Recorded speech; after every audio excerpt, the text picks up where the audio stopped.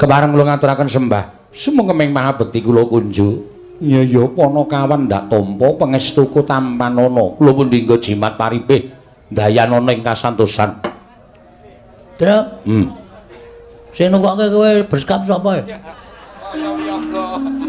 Bapak. Ikete Bapak. aku tak bali nang omah ya, Truk. Ngopo? Ngajar Semar. Lho. Mergane Iki jenenge ora adil. Munggah nang kayangan kowe disandangi apik kaya ngono kok mbedak-bedake Semar aku blas ra tukokke apa-apa men disangoni trene abang. Iki cetha nek Semar ketok nek areng ngasorke derajate anake sing ragil ning ngumbul-ngumbulke anake sing tengah. Lah kowe mau kowe wingi dek dina Minggu kon teko none bapak ora teko. Lah ngopo? Do ukur seragam kok. Aku ro gareng wis ukur beskap, ikete ya wis ukur. Lah kowe kok ora teko? Ah, Semar-Semari. Iki aku isin nek carane ngene iki ketok banget nek aku kere banget ya, Tru. Kowe ketoke duwe nganggo seragam beskap, tata kramane komplit. Aku celuk lambi mung nganggo kathok trene ngabang. Wis ora apa-apa. Ora apa-apa iki tetep engko nek mulih Semar tak ajar. Lho. Aja ngono to, bapak iki bapakmu kok. Kowe iki ya arep digaweke iket, ning bakale ora cukup, kudu nganggo korden. Anggemu ndasku sak genthong ya. Kok dadak nganggo korden? Ah wong ukuran iket kok 86 ki sirah apa? Uteke gedhe. Panakawan Bagong. Wonten dawuh, panjenengan sinten? Lho. Ulun Bathara Guru. Lho, guru kok yaene muridé sapa? Sik, iki mula mau nek tak jak ning repat kepanasan tak asaku omong gong iki sowan dewa. Dewa iki beda karo menungsa. Dewa ki sing nitahke awake dhewe. Iki Sang Hyang Manikmaya. Wah, Mas Manik. Manikmaya. Mas Moyo. Manikmaya komplit. Bagong aja sembrana. Iki apa iki truk sound system nang kene iki? Satya Putya Satya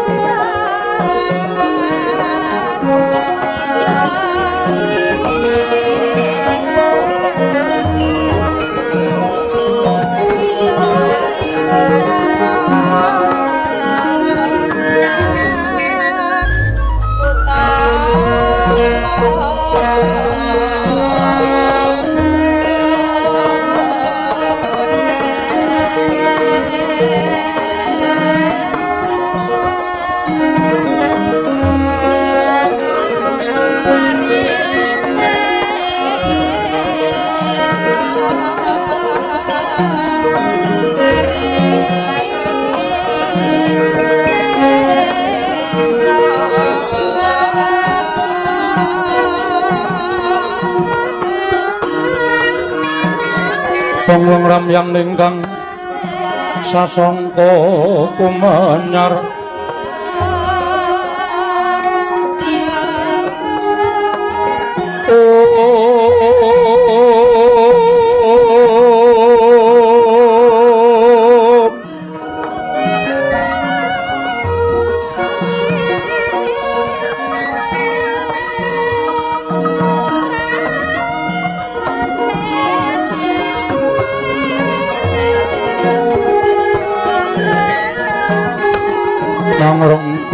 rumeng puri mangkin tanpa siring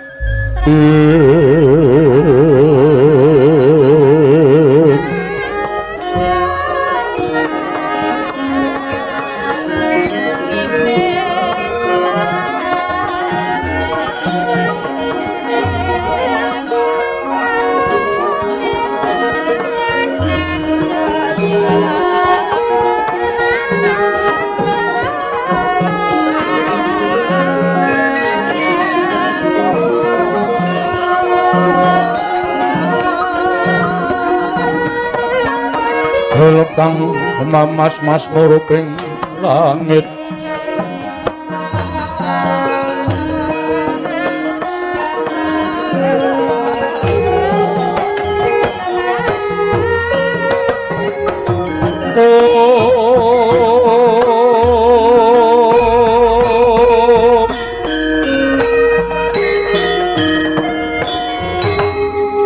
ramyang-ramyang jagat wetan moyo-moyo jagat kulon dudu soroting sang Hyang Surya Candra ramyang Kartika sarta dudute janing pandhita ingkang lagi mesu Brata ananging dhateng kabeh ing ginepeting dalu mangke imbang-imbang ana tamsami kejawi mung gemlaring kayiwangan Suralaya ya kayiwangan Junggring Kailasa ya Junggring Saloka Paku Jamur Kataliwarna Suralaya sura tegese jiwa kang wis kancet tataran luhur dening laya tegese jagat yakti ing mriku sasananing kitah kang wis ngancik tataran jiwa luhur stula sarira dumunung ing jagat wadhak lingga sarira dumunung ing jagat kasukman dene para titah kang wis dumugi tataran jiwa luhur wiwit saking prana salira minggahing kama wana salira tumunten kama salira budi salira wekasan atma salira inggih mriku jagating jiwa luhur utawi sinebut kayiwangan. Pramila sinebut kayangan Junggring Saloka tegesipun inggih mriku ingkang menang nedahaken kiblating panembah sinebut Junggiri Kailasa tegesipun kayiwangan ingkang sinung cahya sumarep pindha sloka binabar. Paku Jamur Kataliwarna tegesipun sasana pangiketing panembah inggih paugraning pangesti. Senadyan kathah kayangan ingkang gemelar Sulendra Bawana ngarga tahana swarga maruta sila mangumpeng cakra kembang nguntara samudra lan sapanunggalanipun nanging datan kadi kayangan Suralaya jeringging mriku satunggaling sedaya kahiwangan bebasan menang murba tan menang pinurba menang masesa tan menang winasesa ana padhang dudu padhanging rahina ana peteng dudu petenging wengi nadan datan buka ora krasa lesu datan ngunjuk ora krasa salit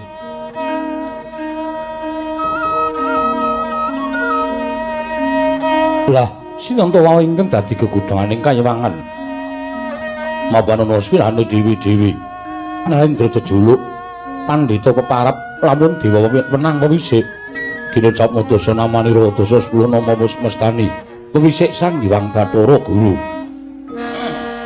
ya Sang Hyang Jagat Nata ya Sang Hyang Jagat Karana ya Sang Hyang Jagat Pratingkah ya Sang Hyang Catur Boja ya Sang Hyang Nilakanta ya Sang Hyang Giripati ya Sang Hyang Pasupati ya Sang Hyang Pasuprabu ya Sang Hotipati ya Sang Purwacarita ya Sang Purwakanda ya Sang Manikmaya Risajwa lenggap madaning Sela Kanda Waru binangun wonten ing bali marti Kunda Manik sineba sanggaring para widodara widodari para hapsara hapsari aglar mekamber melabar Yaya Samudra datan tepi sinten ing kepareng nyangket pinenggahing Sang Hyang Bathara Manikmaya menika ta warnane kami tuwaning kayiwangan lenggah wonten ing kayiwangan Sidik Pangudal-udal pewisik Sang Hyang Bathara Narada ya Sang Narada Dadi ya Sang Kanika Putra ya Sang Watek Resi ya Sang Resi Nggana katingal gajajar kelawan Sang Hyang Manikmaya malih marti Kunda Manik mengkeraken atmajaning Sang Hyang Bathara Guru ingkang angka catur jawata ing Slendra bawana nggih Sang Hyang Bathara Indra ya Sang Surapati ya Sang Resi Upadya Mabukuh Susilastawa Adyanga Kanjeming Bantala Sang Hyang Bathara Indra mengkeraken dewaning pepati nggih Sang Hyang Yamadipati ing wingking andher blabar sangganing para hapsara hapsari para jawata widodara widodari jejel riya rapet pepet pipit prasasat atopan dengkul datan Posala labet kathah maraseba ing alun-alun habludak gendera rontek umbul-umbul keterhangen danu nalika semanten parandene Sang Hyang Manikmaya dereng kepangamedhar pangandikan dupi mulat rawipun ingkang raka Sang Hyang Narada sigra murwani pangandikan teka mangrujiling pangandika Sang Hyang Bathara Guru ingkang dereng kababaring lisan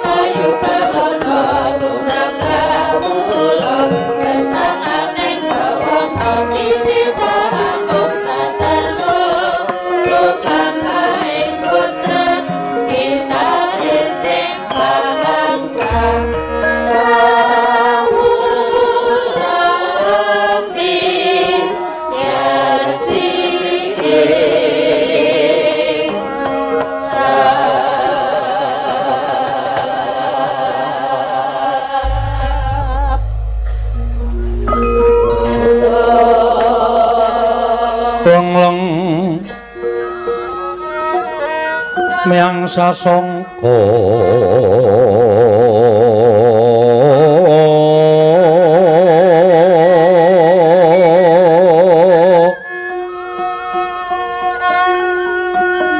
wayahnya lakya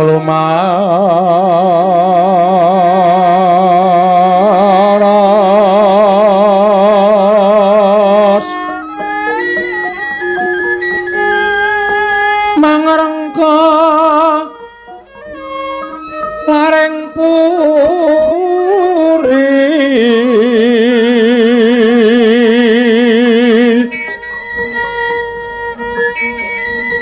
yekti ana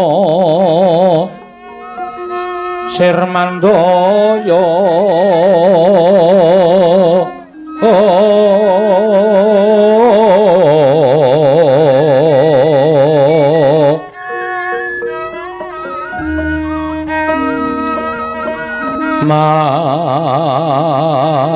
Mandaya sekaring keswa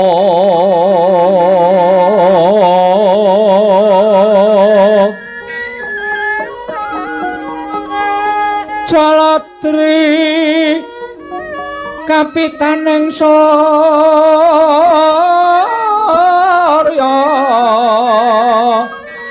dening Wangkawa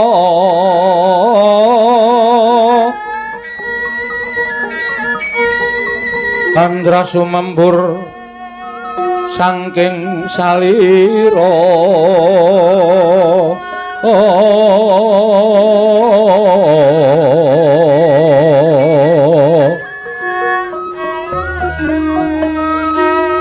risang sekaring Nalendra lela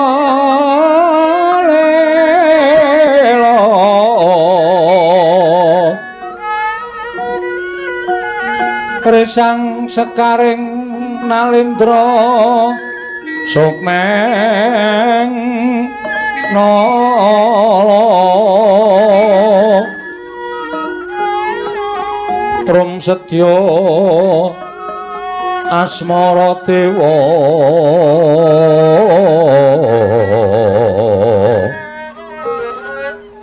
dewataning sukmengna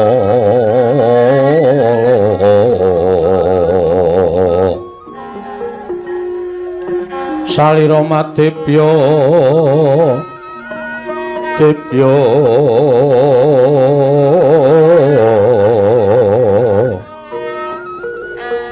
sang nata ngandika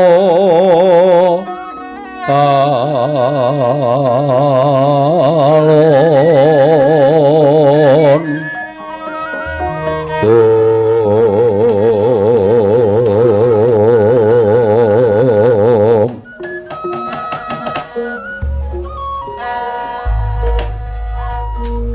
Om Mastuna Sidam sekaring bawana langgeng Kakang Narada, Kakang Resi Kanika Putra.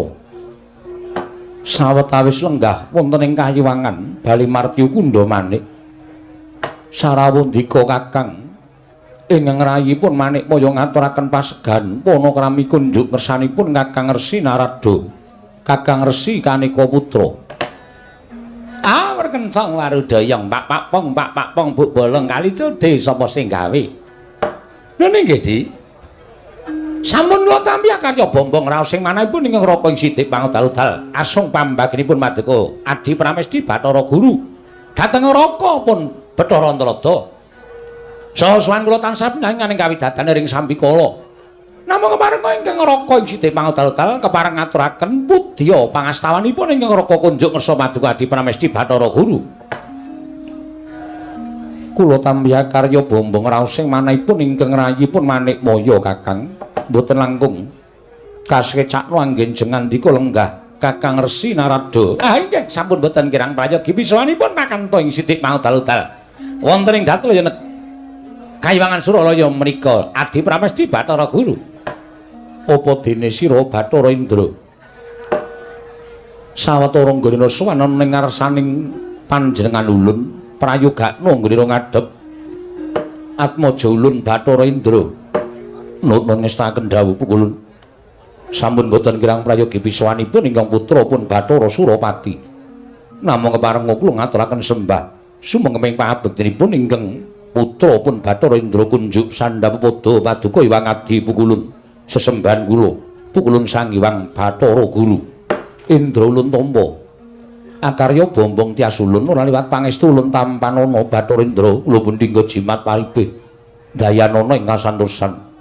Apa dene sira Yama Dipati prayogakno nggone ngadhep kawula nun nggih pukulun. Sampun boten kirang prayogi bisawanipun ingkang putra pun Yama Dipati.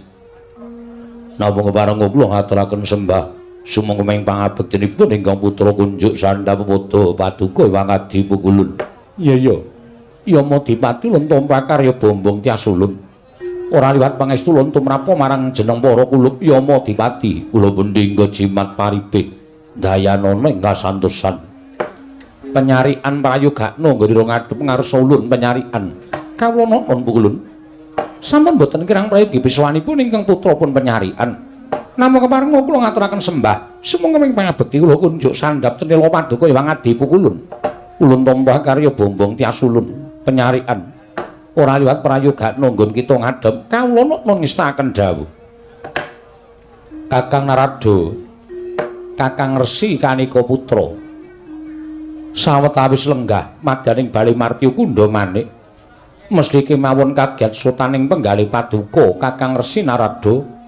Krana dinten sakmangke ingkang rayipun Manik Maya ngawontenaken pepanggihan madyaning Bali Martya Kundha Manik. Monggo menika sanes dinten pepanggihaning para Jawata ingkang pendhak-pendhak tansah dipun wontenaken wonten ing Bali Martya Kundha Manik Kakang Resi Narada. Mestinipun mekaten Di. Gurawalan raos sing manahipun ingkang raka ing Sidik Pangudal. Sasampunipun kula nampi dawuh timbalanipun Adi Pramesti Bathara Guru. Bilih rikalagan samangke kula katimbalan sowan wonten ngersa Paduka Adi Pramesti Bathara Guru. Ados menapa kagiat raos sing manahipun ingkang raka sasampunipun kula prapta wonten ing Bali Martya Kundha Manik teka kathah sangganing para Jawata, para widodara widodari sing sami ngempal wonten ing madyaning Bali Martya Kundha Manik menika. Kajeng bilih Paduka Adi Pramesti Bathara Guru ngawontenaken pepanggihanipun para Jawata, malah samangke gandeng ingkang raka sampun kepareng sowan. Tumunten kula cumadhong dawuh timbalanipun Paduka Adi Pramesti Bathara Guru.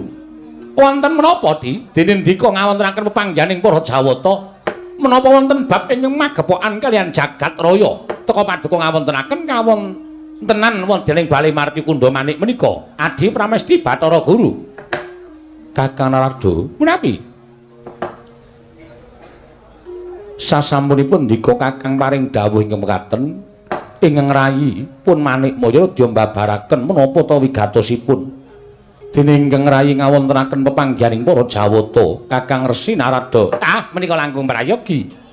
Mugi andadosna ing kawuningan ingkang sawetawis dinten para Jawata ketingal jenak miwah ayem tuwin tentrem anggenipun sami lenggah wonten ing kayiwanganipun piyambak-piyambak nanging boten kados sagedhakan dinten mangke sampun wonten 3 dinten etang kelengganing nggo dinten sak mangke menika kayiwangan kadidene ketaman goro-goro Kakang Rodo menawi Kakang Resi kanika putra menika mangertos menggah menapa ta sababipun dene kayiwangan ketaman goro-goro ingkang kados mekaten goro-goro kayiwangan menika kala wau tuwuh saking menapa lan sinten ingkang ndadosaken goro-garaning kayiwangan keparenga Kakang Resi Narada paring pangandikan dhateng ing rayipun Manikmaya Kakang Rada dalah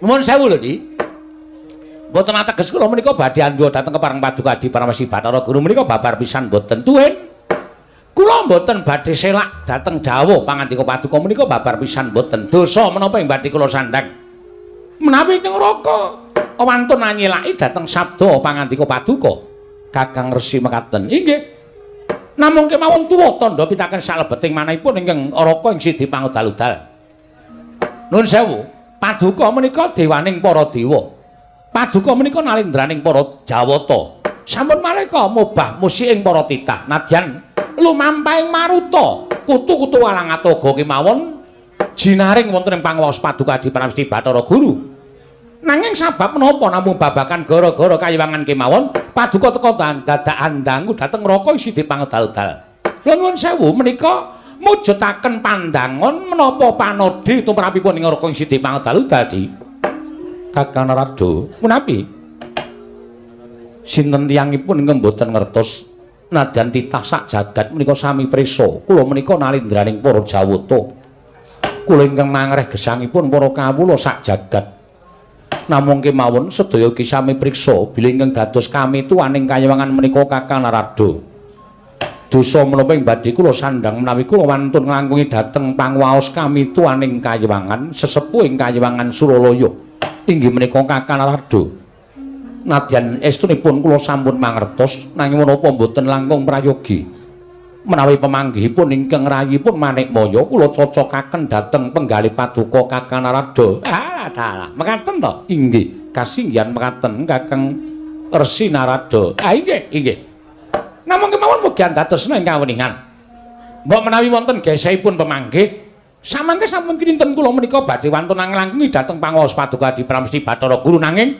sedaya menika krana kuthunging nalar cingkranging samubarang ingkang sinandhang dhateng neraka sidi pangudal-udal Kakang Narada mekaten kepareng radi mingset anggen kula ngabiyantara kula semanggaken purbawasungasa Paduka Kakang Resi Narada inggih ngestaken dawuh Di Adi Paramesti Bathara Guru long-long ramyang linggang driya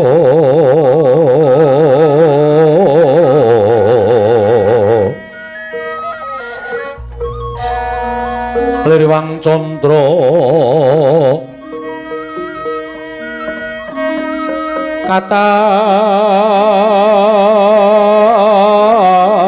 katawangan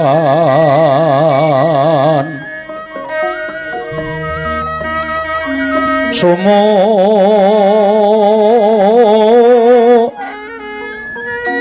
ing jas katulitan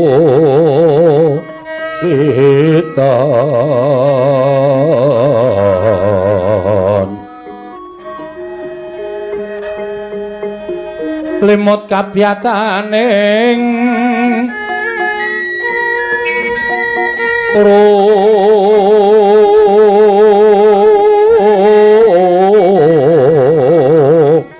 ujit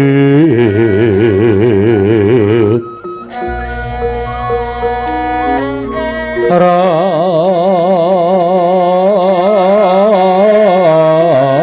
remengdri ya ma nabung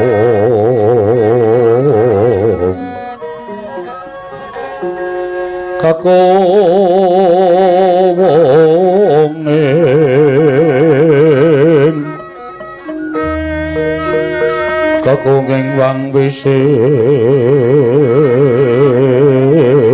Wangsa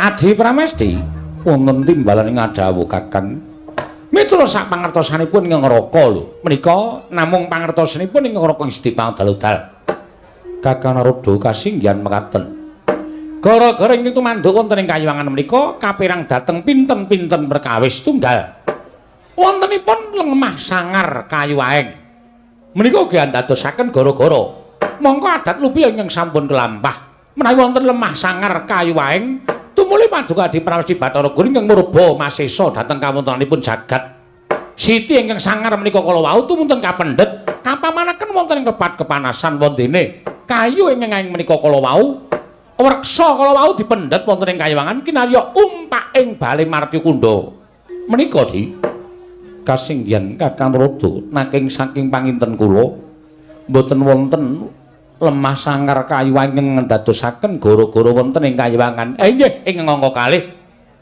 Inggih menika menawi wonten setunggiling pandhita ingkang malih tingal. Tegesipun kados pundi?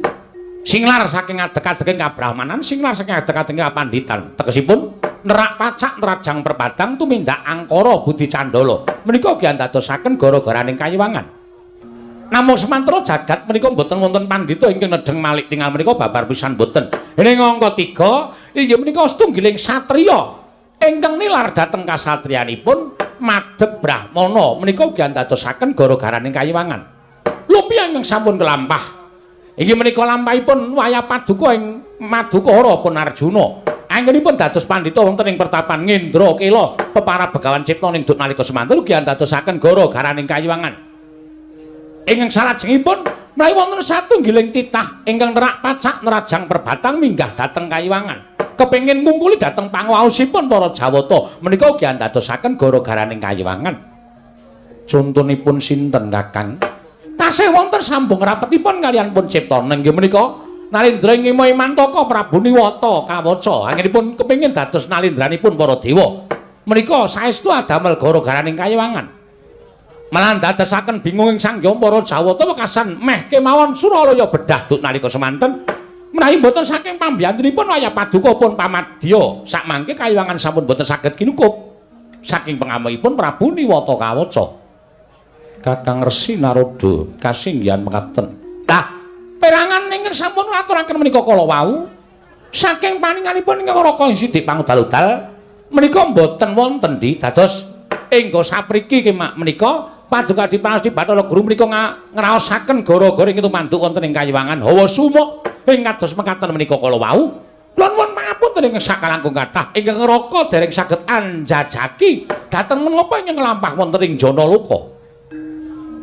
Wong Mastuna Sidam skaring bawon langgeng Kakang Narada menawi telu mekaten menawa dipun keparengaken kula badhe munjuk atur ngersanipun Kakang Resi. Bab ingkang menapa? Menawi mekaten nuwun pangapunten. Cetha menawi Kakang Resi kirang lante panggraitanipun tuwin kiranging panaliti. Lho, sababipun krana jagat sakmangke nembe wonten kawontenanipun titah, moganipun titah ingkang sakmangke badhe wonten magepokanipun kaliyan Kayuwangan. Moganipun titah ingkang wonten magepokanipun kaliyan Kakang Suralaya menika tegesipun wonten pamuthaipun titah Pujangkara ingkang sakmangke badhe minggah wonten ing Kayuwangan badhe nyuwun satunggiling uba rampin ing Kayuwangan. Namung kemawon Kakang ingkang ndadosaken kagiat sotaning manah kula. Teka titah menika kala wau dereng saged kula jajaki. Titah menika kala wau sinten? Krana saking paningalipun ingkang rayipun Manikmaya, titah ingkang badhe minggah wonten ing Kayuwangan menika sareng kula tamataken. Saha kula waspaosaken kanthi netra Permana Jati teka tasih katutupin rongning salomba katingal dereng cetha pasuryanipun titah menika kala wau namung semantena menawi boten lepat saking pangintenipun ingkang rayipun Manikmaya titah ingkang badhe minggah wonten ing kayiwangan menika sakmangke sampun dumunung wonten ing repat kepanasan Kakang Resi Narada. Sigra-sigra yen pramana kanca sigra ngrakit nawang sesangka.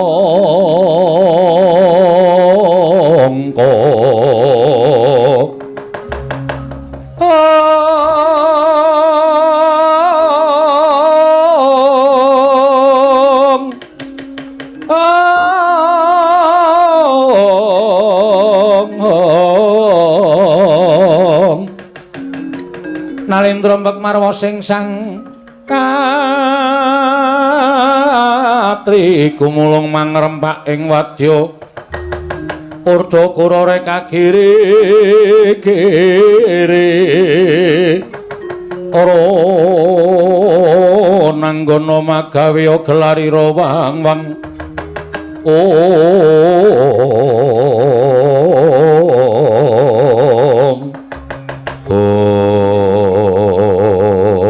sidhem madaning Bali Marti Kundha manik nalika semanten sangganing para Jawata para Hapsara Hapsari samya midhangaken pangandhanipun Sang Hyang Jatimurti ingkang paring dawuh bilih wonten titah ingkang sampun prapteng repat kepanasan ing cipta arsa minggah wonten ing Bali Marti Kundha dadya tintrim madyaning pasewakan kadewataning Suralaya datan mubah datan musik nadyan gegodhongan tanang ngubah samirana datan wampah Sang Hyang Manikmaya meger-meger nganti kaya pratima kencana pratima tegese golek kencana Mas nglenggahi kanyupi nangka wardu kantuk ujare weganten wardu jarwa kejo kinang durung abang widodara manding dasaring pertara tasaru geger njaba ombyaking Sang Hyang para jawuting samyang gantung sibuk sami alok yen ana titah saking jagat ingkang minggah wonten ing kayiwangan nenggih atmajanipun iki Lurah Semar Badranaya Kilora Petruk Kantong Bolong Sumawana Kilora Bagong ingkang sawantun miyak sangganing para Jawata para Hapsara Hapsari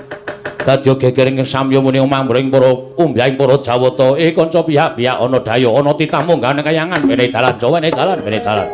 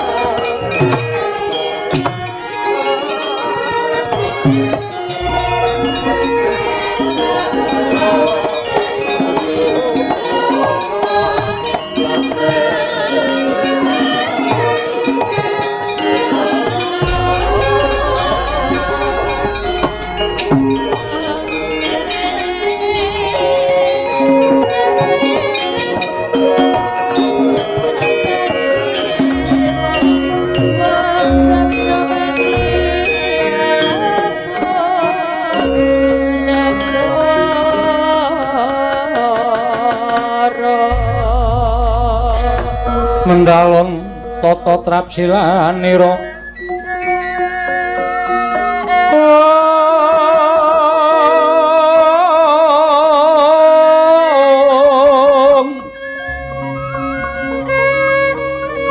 ngajo makan astanira kalih astanira kalih pisan yen ngandika magawe pranta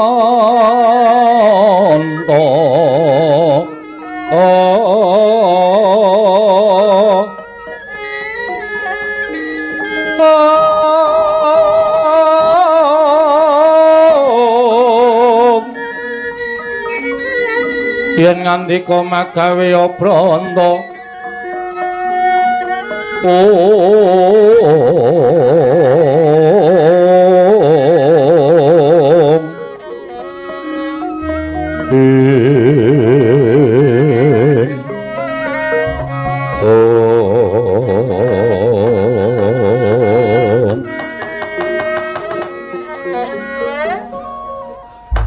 Kakang Narada punapi ndara dasih rantamaning manahipun ing rahipun Manikmaya jumbuh kanan menapa ing sampun aturaken. Nah, dalah.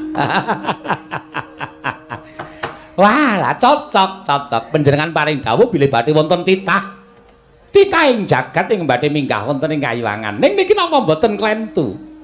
Ingkang minggah menika mboten pangling menika rak Panakawan titah nuwun sewu ingkang ngasor derajatipun namung Panakawan, derajatipun namung titah sewantah.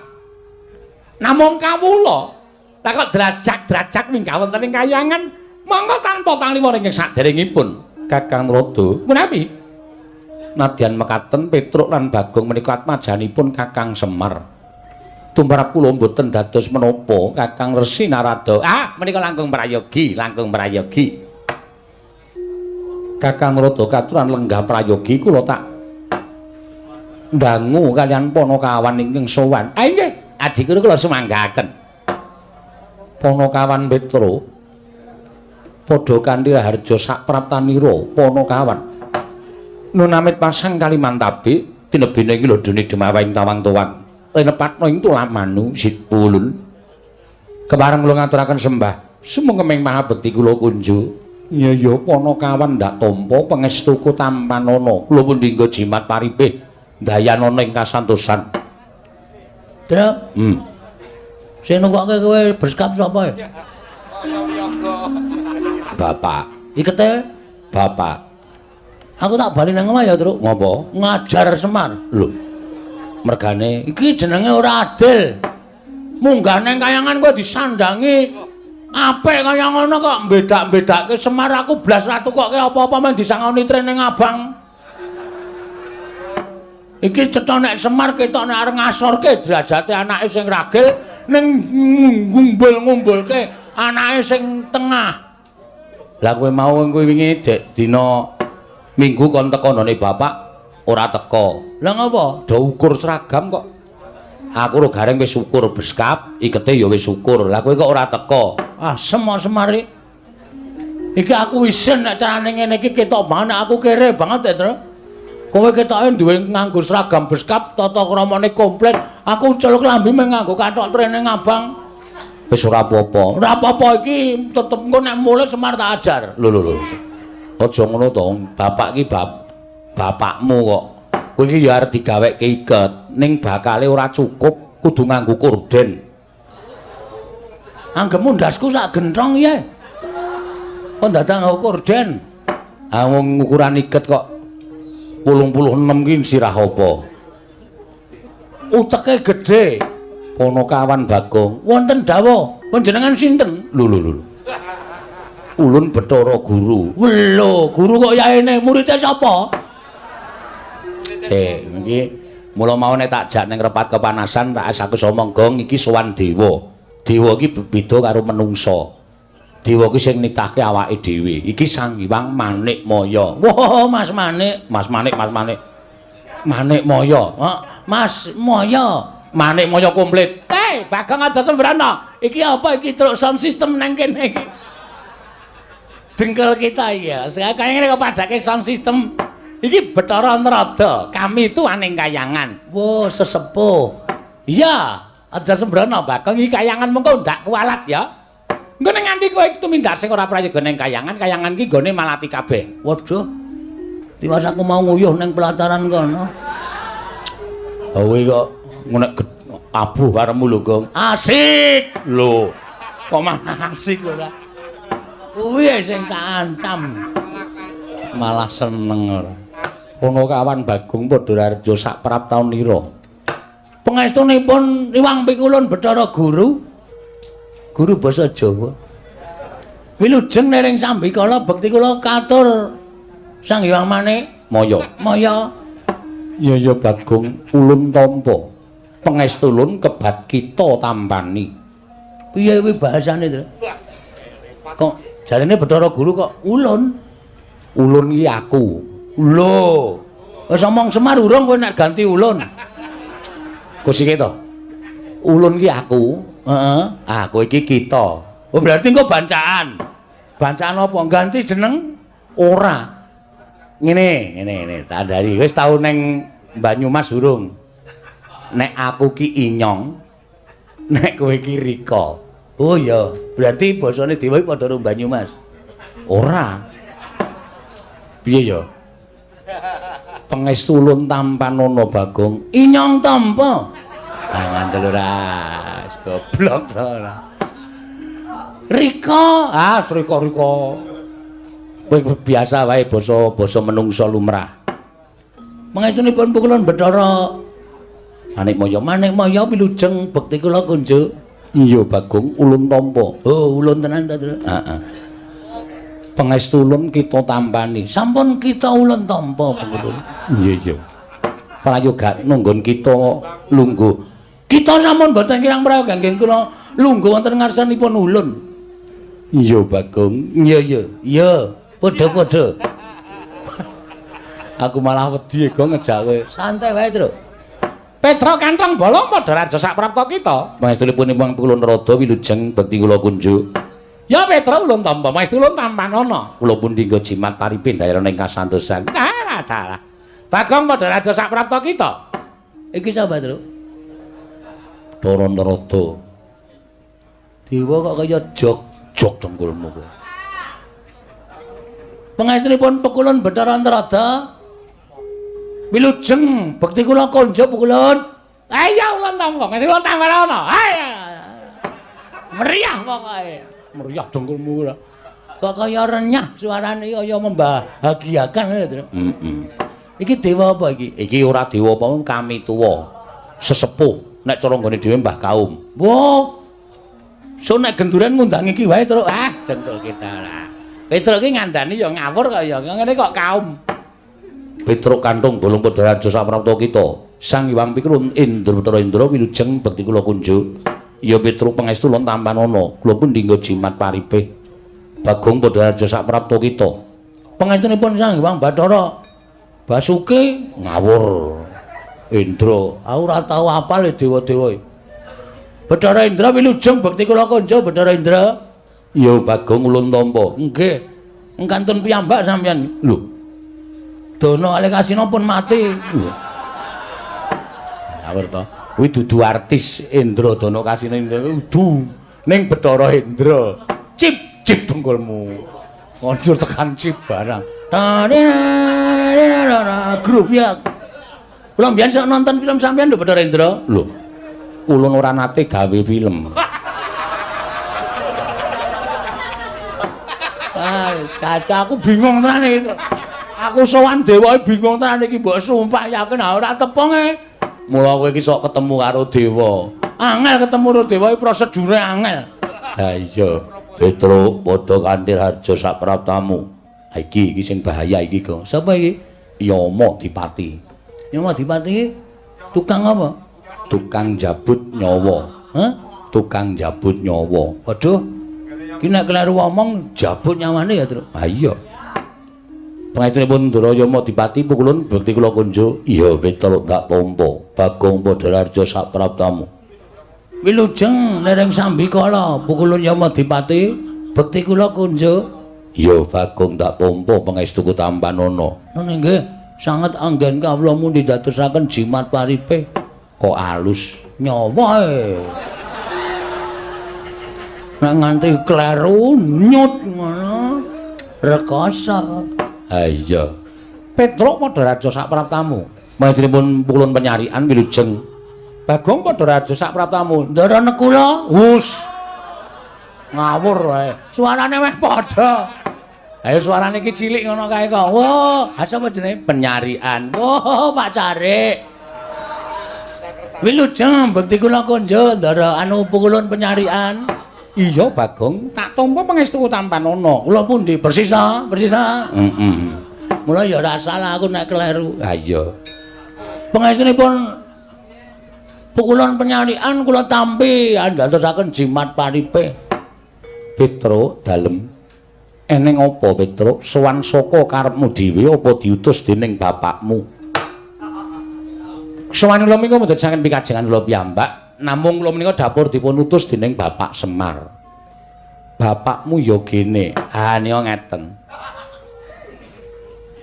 Bapak Semar menika etok-etoke niku ora gawe taman hiburan masyarakat. Mengkono ben nggih. Bapak niku tuku lemah jembar banget. Kula niku takon ajeng gawe apa to, Pak? Petruk, kula tak crita nggih. Iya ya Petruk ora dadi ngopo. Aku ngene iki jane mengarep gawe seneng ati ning para kawula. Min sing tangga teparo do momong anak kuwi ana apa papan kanggo momong bocah, kanggo nyeneng-nyenengke anak, lan kanggo nyeneng-nyenengke kulawarga. Oh, lah terus papan iki arep tak nggo papan ya kuwi wisata. Wisata. Nggih, hiburan. Wah iki nek matur karo dewa rada angel, Gong. Ora apa-apa, santai wae engko rak dewane do ngerti. Jare guru kok ora dong. Ayo engko siki alon-alon. Papan wisata niku papan sing kena kinarya nggih garing-gar penggaling para kawula. Mengkono Petruk. Nggih. Nggih menika dipun sebut Taman Karangkadempel Happy. Santai wae, Truk, le mikir, Truk, ora usah ngendelong pikirane. Disebut ki apa anane? Nah, pokoke taman wisata Karangkadempel. Oh niku werna-werna. Enten wong dodol. Teng riku enten dodol dawet, angkringan, terus nika sing panjenengan tau prisa to? Tau nganglang jagat. Enten kaya ban motor gedhe banget, dhuwur banget. Ning nggo ngubengke bocah-bocah. Iya Petruk, malah ulun tau tate nyuwun priksa kalawan Kakang Narada, kuwi sebutane apa? Ah mboten ngertos. Mboten ngertos niku pancen teknologi anyar. Ah niku wonten niku werna-werna. Papan dienggo renang, papan dienggo nglangi. Sak piturute pokoke dienggo maem bebarengan kali para kawula. Niki pun dadi wis dadi Petruk. Pun kathah para kawula sing menapa niku rawuh teng papan wisata sing digawe karo bapak niku pun kathah. Kula malah sing didadekke keamanan garing niku sing didadekke ngawati apa ya jenenge kuwi tempat-tempat sing dienggo wisata niku. Lah sing jaga tiket Bagong. Bapak niku rumangsane kok tekor terus. Monggo tikete niku payune akeh banget ning setorane dhuwit saka tiket niku kok mboten jumbo karo cacahing tiket. Sing jaga tiket sapa? Niki menungsane. Niki. Tangane iki lho. Nudeng kok neng rai ra sopan. Lah aku mung nguduhke kowe sing jaga tiket kok Bagong kok iso kaya ngono sebabe? Nuwun sewu, papan sing dingge taman wisata bapak niku akeh tuyule. Yen tuyule akeh mesti ana pengarepe tuyul. Pengarepe tuyul mau sapa? Kula. Ngandel ora ngaku to kowe. Ora sok kaya ngono kuwi gong wong bapak ki ragate ya akeh. Bapak ki modale ya akeh ora sok kaya ngono. Kuwi wis dibayar karo bapak kok. Siap. Mulai besok aku tertib, Tru. Ya, dadi kowe iki nek ngapusi ngono kuwi jane malah konangan. Wong cacahe tiket ki per A misale 5.000 ngono kuwi iki tikete iki diitung 5.000 ping pira sing payu ngono kuwi diitung karo bapak. Bapak iso ngitung lho? Iso. Anggepmu bapak ora iso ngitung lho. Ya tak kira ora iso, mulai tak colongi. Anggere ana kira-kira wong ngelak tak kei dit tuku es teh. Tak kon nukokke, susuke tak kon ngepek. Aku tuku rokok ya sak slop sisan. Aku jenenge gawe tekor. Ora kena. Kuwi bapak jane wis ngerti ning bapak meneng wae. Aku jadi pecat ya, Tru. Ora. Lah terus wigatine sowan ning Kayewangan. Lah supaya nyukupi sarta nuwun sewu, taman menika ketingal sae, wilujeng niku tata carane wong Jawa sing dienggo karo bapak utawa teng Karang Kadempel niku mriki niku kudu diruwat. Kene ngendi taman wisatane bapak niku kudu diruwat kanthi carane tatane wong Jawa niku nanggap wayang. Monggo bapak niku nuwun sewu nek kon mayang apike ra jamak-jamak. Monggo bapak niku ming kon ngruwat. Lah bapak bingung lek ajeng nyuwun ngampil gamelan niku teng pundi. Tumuli piyambakipun emut nek duwe adi inggih menika nuwun sewu Kadang Taruna Sang Hyang Manikmaya sing kagungan gongso nami gongso Kyai Lokananta. Jane nggih bapak niku pun kula pringgake wong bapak ile mayang ra apike gamelane wesi wae. Kok wong mayang rung karuan apik kok gamelane dadak saka kayangan kok nek nganti penontone gelo. Ya ora, bapak iki ora ngerti nom-nomane bapak nek mayang apik lho. Bapak niku mayang entekke sindene. Jane dan tenan kok.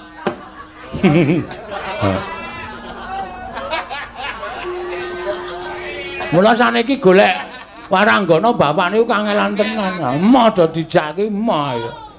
Ngawur ya Semar. Ampun gumujeng niku serius. Iya Bagong nggih. Ah niki terus. Iya. Dadi sowan kula menika diutus dening bapak nyuwun ngampil gamelan Lokananta. Komplit slindro pelok. Nek ajeng kepareng panjenengan sumun Prabu Pukul Bathara Guru menika paring dawuh, bapak niku ken bayar ya manut, ken ngijoli apa-apa ya manut ning gamelan Lokananta kudu rawuh teng Karang Kadempel. Dadi srana syarat ngruwat bapak inggih menika taman wisata sing enggal supaya nir ing sambikala. Dados sowan kula kalih Bagong menika dipun dawuhi dening bapak supaya nyuwun ngampil wujudipun inggih menika gamelan Lokananta. Mengkono Petruk nggih. Mila dinten samangke menawi Hyang Pilun Bathara Guru kepareng maringaken matur sembah nuwun dene mboten nyuwun pangapunten. Kalih nek niki kula wis dikandhani bapak sekedhik arta dienggo pengenceng. Nek Hyang Pilun Bathara Guru kersa maringaken inggih menika gamelan Lokananta niku wajeng kula pede. Apa, Gong? Pede. Pede apa? Manjeri lho. Goblok. DP. Hah? DP. Ameng kuwalik kok. Ora pas kok ya. DP kok pede. Niku mboten ketang sekedhik, mengke pelunasanipun 7 tahun sakwise pentas. Biar ngecara ngendi wi ora bakal diparingi ngambil nek 7 tahun sawise pentas ora. Ngoten mawon Bu Kulon. Kalih welinge bapak nek Hyang Pilun Bathara Guru niku kuwatir gamelan Lokananta niku kenging napa-napa mengke ditabuh para titah. Mengke peranganing Jawata kinen ngetutke tindake gamelan Lokananta. Kalih Yoni Dipalilah mangke masyarakat bapak-bapak kumpulan karawitan Karang Kadempel lajeng nuthuk gamelan Lokananta mboten ketang sak kempyangan men padha marem niki pun latihan inggih menika ladrang Subasiti. Apa, Gong? Ladrang Subasiti. Subakastawa, Subasiti Kastawa. Jenenge digabung-gabung ora apik. Ngene diparengke dene mboten nggih mboten napa-napa. Kakang Narada. Menawi Kados pundi Kakang? Ketingalipun namung sepele ning tumrap kula kok dadi gawe. Di nyuwun pangapunten. Kakang Semar menika Kakang Ismaya, menika kadang paduka werda. Mila menawi wonten bot repotipun Kakang Semar menika mestipun Adi Prabu Banagara sampun ngantos panjenengan menika awal maringaken ngampil gamelan Lokananta badhe kaboyong wonten ing Karang Kadempel. Malah tumrap kula menika satunggiling pakurmatan tumraping Adi Pramesti Bathara Guru. Ing atasipun paduka menika kadang tinemu taruna nanging tasih dipun penggalih dening kadang timun werda inggih menika Kakang Ismaya. Leres ngendikanipun Bagong, menawi kuwatir wonten menapa-menapa tindaking gamelan Lokananta menika dipun tutaken para Jawata. Indra ingkang kadawan supados ngetutaken sak kanca rawangipun para dewa ngetutaken lampahing gamelan Lokananta. Waton sampun ngantos dados tutawi damel murkanipun Kakang Semar. Menawi ngantos paduka Adi Pramesti Bathara Guru menika mboten maringaken gamelan Lokananta, mesti kemawon Petruk wangsul wadul kalian bapakipun. Nek nganti Petruk bali wadul karo Semar, dalah Semar ngamuk teng kayangan Warataya. Sapa sing arep wani karo Semar Badranaya? Saya nek pun ngubal-ubal pusakane wujud entut. Wah, menika bebayane. Leres pukulun kula wingi bar opnama 7 dina. Mergane dintuti Semar. Setan ta. Lho, karo bapakne kok senengane ngono kuwi. Pas cangkeme. Kon mijeti nggon sikil ki muni iki lho Gong, nggon bokong iki kok kaya linu-linu. Tak demek nggon bokong ki metu matut ngono. Pas banget, Tru. Langsung raiku biru. Kowe ora nilai to? Ora. Kowe iki cen setan kok kowe. Kowe iki sedulur ning mungsuh. Kowe iki wis bola-bali ngapusi lara, wingi lara ngapusi tak tileki tak nehi dituke tak golek tukoke jeruk ya rong dina mari. Ana kuwi teknik tak nggo golek dhuwit. Oh, edian ora. Pancen aku edan aku. Ngaten Kakang. Nggih. Nanging ngantos Semar menika mangke murka. Halo Cobi. Sinten iki badhe wantun kalian Semar? Nanging tumrap kula menapa dipun ngendikaken Kakang Semar lumantar Petruk menika sampun nerak pacak nerajang perbatang. Nerak pacak nerajang perbatang perkawis menapa? Dipun menapak-menapakno Kakang Semar menika titah. Mangke rumiyin. Titah menika rak lairipun nanging batosipun Kakang Semar menika Jawata, Sang Hyang Bathara Ismaya. Nanging wiwit nalika semanten sampun mapan wonten ing jagat sampun pinten-pinten abad laminipun. Mila Kakang Semar menika sampun dipun setrakaken boten dipun akoni dening kulawarga kadewatan nanging tetep dados titah sawantah. Mila menawi wonten jamak lumrahing titah ingkang wantun badhe ngampil dhateng uba rampe ning Kayiwangan, tontonan ing Kayiwangan. Tentu kemawon kula mboten maringaken. Lah nuwun sewu lho. Menawi paduka paring dawuh mboten maringaken menika mangke menawi Semar tumuli minggah wonten ing Kayangan malah mboten prayoga kedadosanipun. Langkung-langkung nek nganti anake Semar loro niki midhanget panjenengan mboten maringaken gamelan Lokananta badhe kaboyong wonten ing Karang Kadempel. Lha nek bocah loro niki nganti nyamuk sapa sing arep nandangi kridane wong loro niki? Harataya kowe. Petruk niki anggap kaya ngeten iki ning Digdaya kliwat ukur. Luwe-luwe niki. Sing teng mburi kula sing mripate kaya ndok ceplokan iki. Niki nek wis muni nesu, sapa sing arep wani karo Bagong? Dalah. Lho niki napa? Ora edan ana dewa kok ditirokke iki nek ora Bagong ora lho. Inggih Kakang Narada, nanging tetep badhe kula mboten nglilani menawi gamelan Lokananta kaboyong wonten ing jagat. Lah menawi ngaten monggo, monggo. Ning nuwun sewu, kula tunggak waru godhong dadap.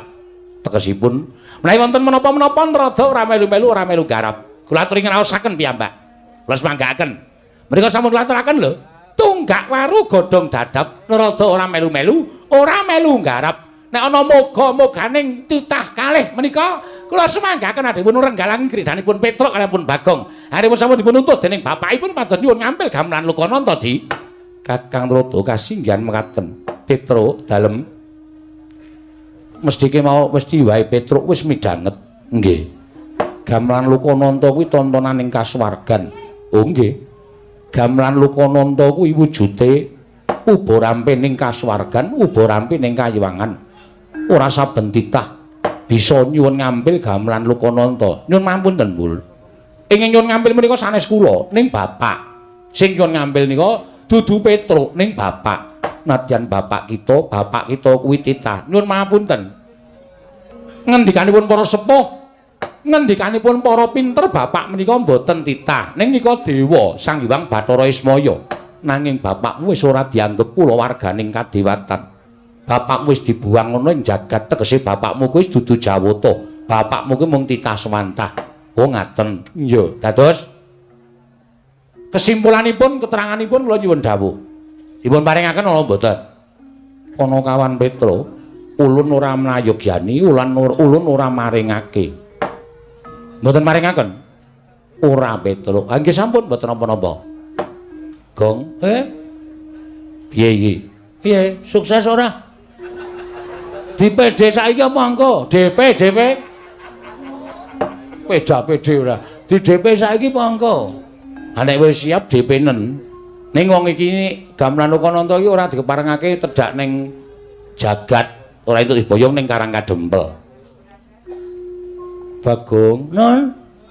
Gamelan Lokananta mboya entuk diboyong marang jagat. Mboya entuk diagem dening bapakmu ning Karang Kadempel nggone bakal ngruwat papan wisata ing mapan ana ning Karang Kadempel, Bagong. Keterangane pokoke intine gamelan Lokananta ora entuk digawa ning jagat, ngoten? Iya. Nek nganti kula lapor bapak, ulun ora wedi. Ulun ingkang bakal tanggung jawab. Berarti sampean mboten ajrih kali bapak kula. Ora wedi, Bagong. Nek ngoten timbangane kula bali ning ngenten mawon. Entuk ora entuk ajeng kula suwun ngambil.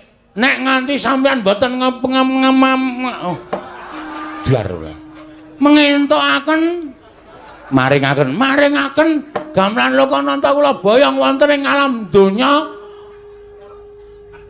Ora ujan ora kaul. Noyah-nayah Baskara titi mangsa. Bagong mboten ajeng wangsul. Nadyan Bagong dikon wangsul, kula ora arep gelem. Nek perlu kula kudu tanding kali dewa-dewa sing do tata tirik-tirik teng mriki. Kula ora wedi pikulan.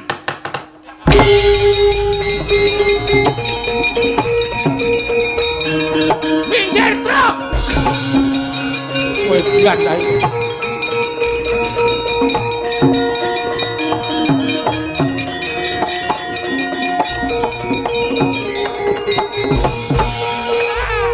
Kencang warudaya. Aduh. Lah cah edan tenan. Ning ngarepe dewa kok salto. Nandhake nek aku ban kuning karate. Nyepelekke ora. Kanthi dasar apa sampean ora ngeparengake gamelan Lokananta digawa ning jagat? Mongko sing nyilih Bapak Semar. Ora ngono kuwi pukulun. Bagong, ulun dewa, kita ora basa. Wis ora peduli. Tak basanono nek menghargai mangkele Bagong ora wedi aku. Yen kita wani karo dewa apa kita ora wedi cemplungake ning Kawah Candra Dimuka. Kulino aku nek dicemplungke jugangan wae. Kawah Candra Dimuka, Gong. Ya Candra Dimuka napa? Neraka. Wit. Tenane to? Tenan. Kuwi papan dienggo nggodhog wong-wong sing salah-salah kuwi diobong ning kono. Ora wedi aku. Lho. Gong, ora edan, ora wedi. Aku kulino cedhak geni gedhe. Aku kulino ngobong bata. Ora wedi aku. Panas wis ora pempan karo aku. Yen ngono kita wani karo dewa, sing tak wedeni apa mau Bathara Guru? Memper kowe ora ndek murid wong watek-watek akemu kaya ngono.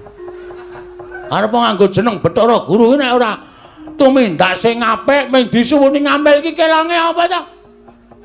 Kelange ana apa ta? Ora kelong, mengko gamelan Lokananta tak kondurke ning kayangan utuh sak kecere. Ora bakal ana sing cicir. Tabuhe ya utuh, ora bakal tak ganti. Nggo ngopo aku? Aku ya duwe gamelan Lokadrim. Kamu Lokadrim kok tok pamer-pamerke kowe lah piye kempule wae nek dituthuk iso kaya wong getah. He. Piye nang gleleng. Nang kempul tuthuk iso mubeng gayor. Iki ngenani ndase sing kempul. Wong gamelan wesi dipamerke. Pamampanen to mboten. Nek mboten entuk kula ora wedi lho. Kula nek ngamuk teng kayangan niku kulina. Pun paringke nang mboten pikulun. Tetep ora ulun paringake. Kepiye? Wah, Di, aku aturi anget lho, Di. Bagong sampun ngantos mengaten menika, mbok sampun ngantos bener menika damel kayangan menika geger. Nek kayangan geger ming diamuk Bagong rak saru. Dipun presani dening para titah wonten ing jagat. Kepiye? Balana pisan, Kas. Sampeyan muni piye? Bagong gamelan Lokananta ora tak paringake. Kula saking mriki mencolot mriku menggunakan kekuatan tendangan tanpa bayangan. Sampeyan kena mesti muntah getik. Ya, Tru? Mbuh. Antel. Dewa-dewa sing ngarep do ngajak. Lho. Kuwi kon tringgo kok malah ngadeg ora. Parang mboten Pukulun. Tetep ora ulun paringake. Kula hitungi 3 kejeping paningan. Nek Pukulun tetep mboten maringaken, mboten wonten wiyosing pangandika paduka Hyang Adi Pukulun. Maringaken gamelan Lokananta dhateng Bapak Semar kula boyong wonten ing Karang Kadempel. Nyuwun pangapunten nek kepeksa Bagong mboten gadhahi tata krama wonten ing kayangan Bathara Indra.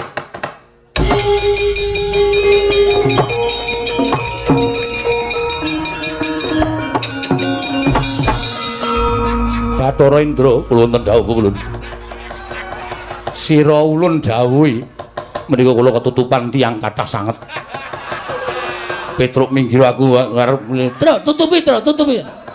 Lah wae tutupi. Indra aja nganti metu. Metu entek-entekke kuwi bintang film e. Aja nganti metu lho. Bathara Indra. Kita bakal nampa duka saka ulun yen kita ora enggal mangsuli kelawan Bagong. Bathara Indra niki ngestaken dawuh ulun.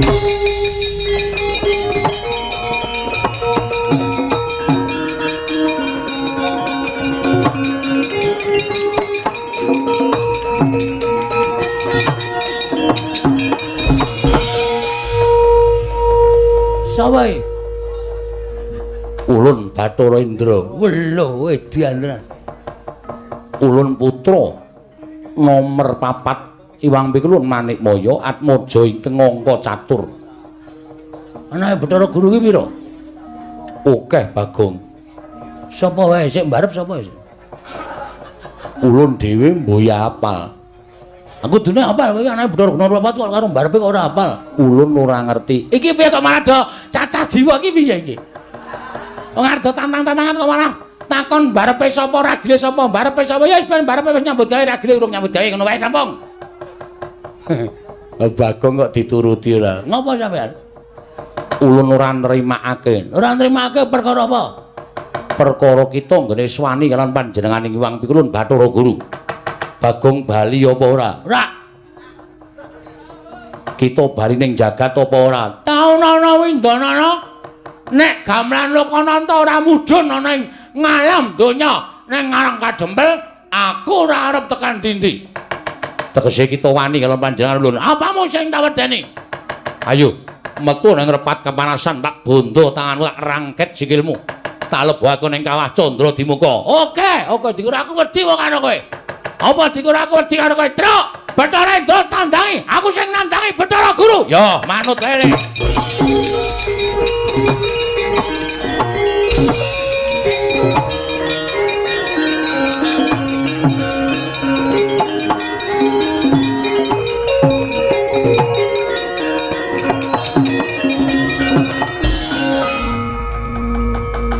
Ulun dawuh kelawan Indra kon ngundurke Bagong, kok Bagong ya pinter le gawe alasan. Isih tetep neng kene. Wah, cah pinter ya, cah cerdas e.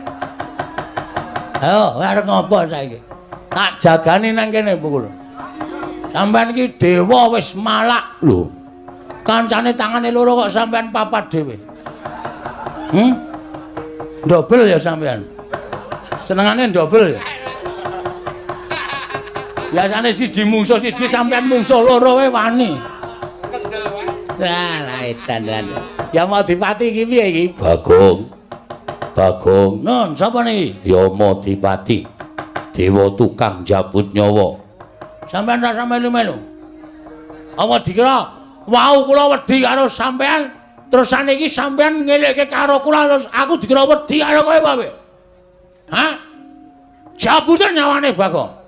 Nek pancen iso jabut nyawane Bagong, pancen kowe dewa pengpengan. Muni wae. Kampleng sisan. Lah edan iki ngapa iki? Teko ora. Melu-melu lan iki kewangi karo kowe. Dawuh karo Adi Pramuji Bathara Guru supaya maringake ngampil. Ya kuwi gamelan kono aku tak uring-uring. Aku nek nesu sama-sama tak uring-uring kok. Ora peduli ngewangi aku apa ora. Aku nesu ngene iki. Iki widodari wae. Inggih, kula widodari. Wah, widodari ana sing parah. Apa kaya ngono kok widodari? Widodari iki jebul ana sing elek. Ha, widodari iki werna-werna. Ha mburi kae widodari kok lemune ora jamak-jamak. Widodari iki mesti kaning wong wadon. Awak-awakane kudu ramping apik. Nek carane bodi iki biola. Kae bodi kok kaya bok. Pucuk bongkot ora ana nggih-nggihane. Engko ngopo kaya ana widodari? Ah ya wis ben, kae nggo nyediani dewa elek-elek. Kaya kowe kuwi. Hus. Kaya aku piye? Ulun arep kaya ngene iki widodarine sing ayu. Wah, dumeh dadi pengarep terus kudu ayu ra. Bagong aja kaya ngono. Mboten, pokoke kula kudu tetep njaluk gamelan Lokananta. Nek ora diparengake tetep kula ajeng ngamuk teng kayangan. Kita ora wedi karo Kawah Candradimuka. Mboten. Kawah Candradimuka niku ngerti karo kelakuane titah. Dadi nek umpama ana titah sing tumindake apik, cemplungke teng kawah ming merga saka karep sampean, merga sampean sengit karo titah wau, Kawah Candradimuka ora ngobong karo titah mau, mesti ora kobong. Nyemplung kawah ya kaya ning dedaratan, kaya ora kena geni. Ning nek pancen wong niku dosa tenan, ora usah cemplungke kawah, deleke nggon pinggir wae mateng menungsane. Ning gandeng Bagong niki rumangsa kula ora salah. Kita salah merga wani karo dewane. Merga dewa sing ora adil karo titahe. Sebab apa sampean bedak-bedake karo Semar? Sebab apa gamelan Lokananta ora entuk disuwun ngampil karo titah? Ayo, wangsulan.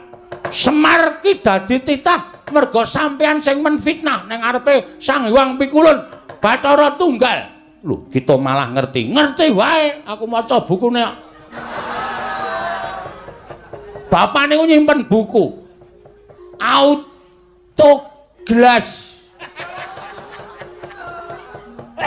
autobiografi Semar Badranaya. Saka sejarah pertama niku sampean laire ndok, ngerti ora? Sampean niku sing ragil dhewe dumadi saka kuningane ndok.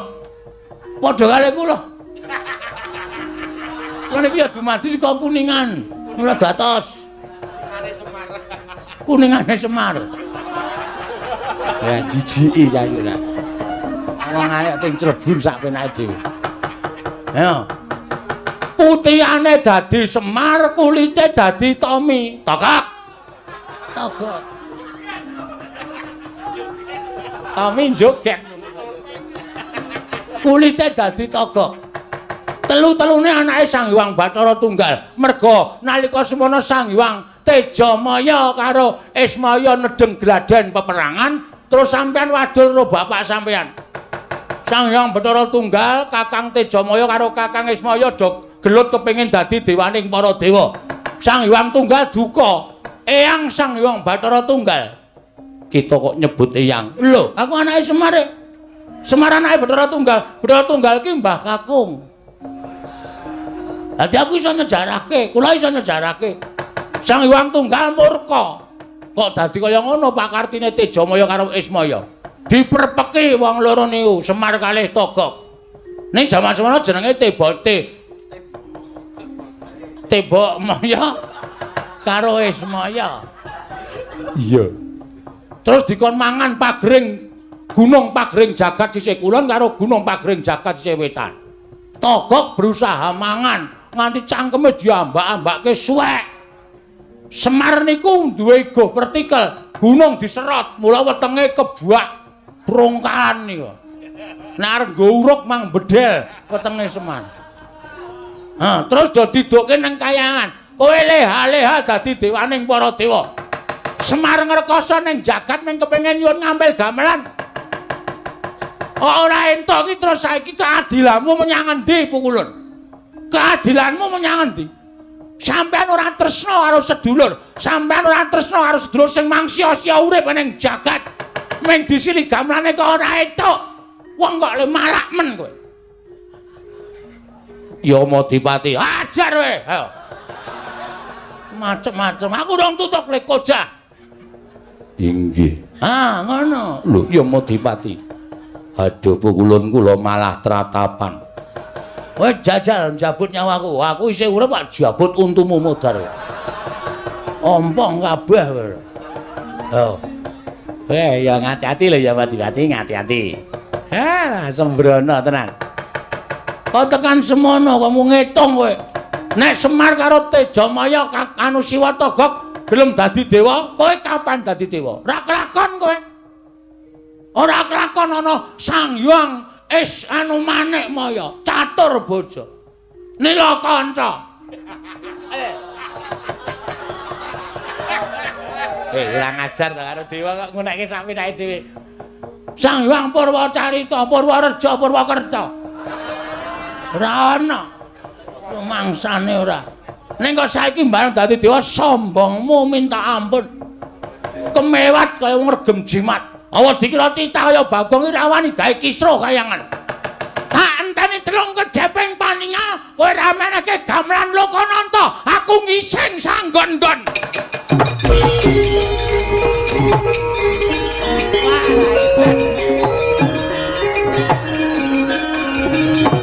Wajan.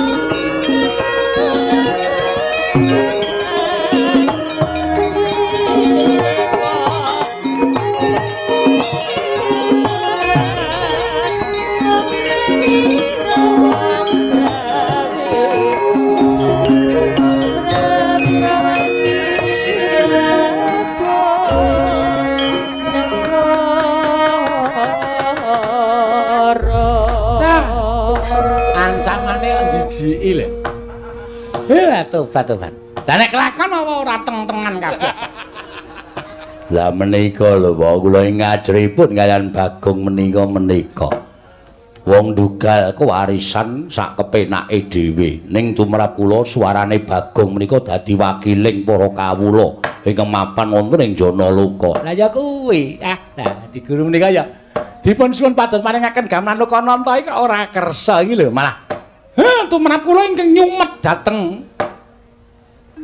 kamontraning kayiwangan ndadosaken geger menika paduka Dipramesti Bathara Guru piyambak. Kakang Rada, menawi panjenengan sampun paring dawuh tunggak waru godhong dadap mboten melu-melu lan mboten melu nggarap. Ala becik bener lumput bejo cilaka bungah susah. Kula ingkang nanggel. Nggih, ngaten kula semanggaken. Ya Madipati wonten dawuh. aja wedi kangelan lan aja samar kelawan apa ing katindakake dening Kakang Ismaya.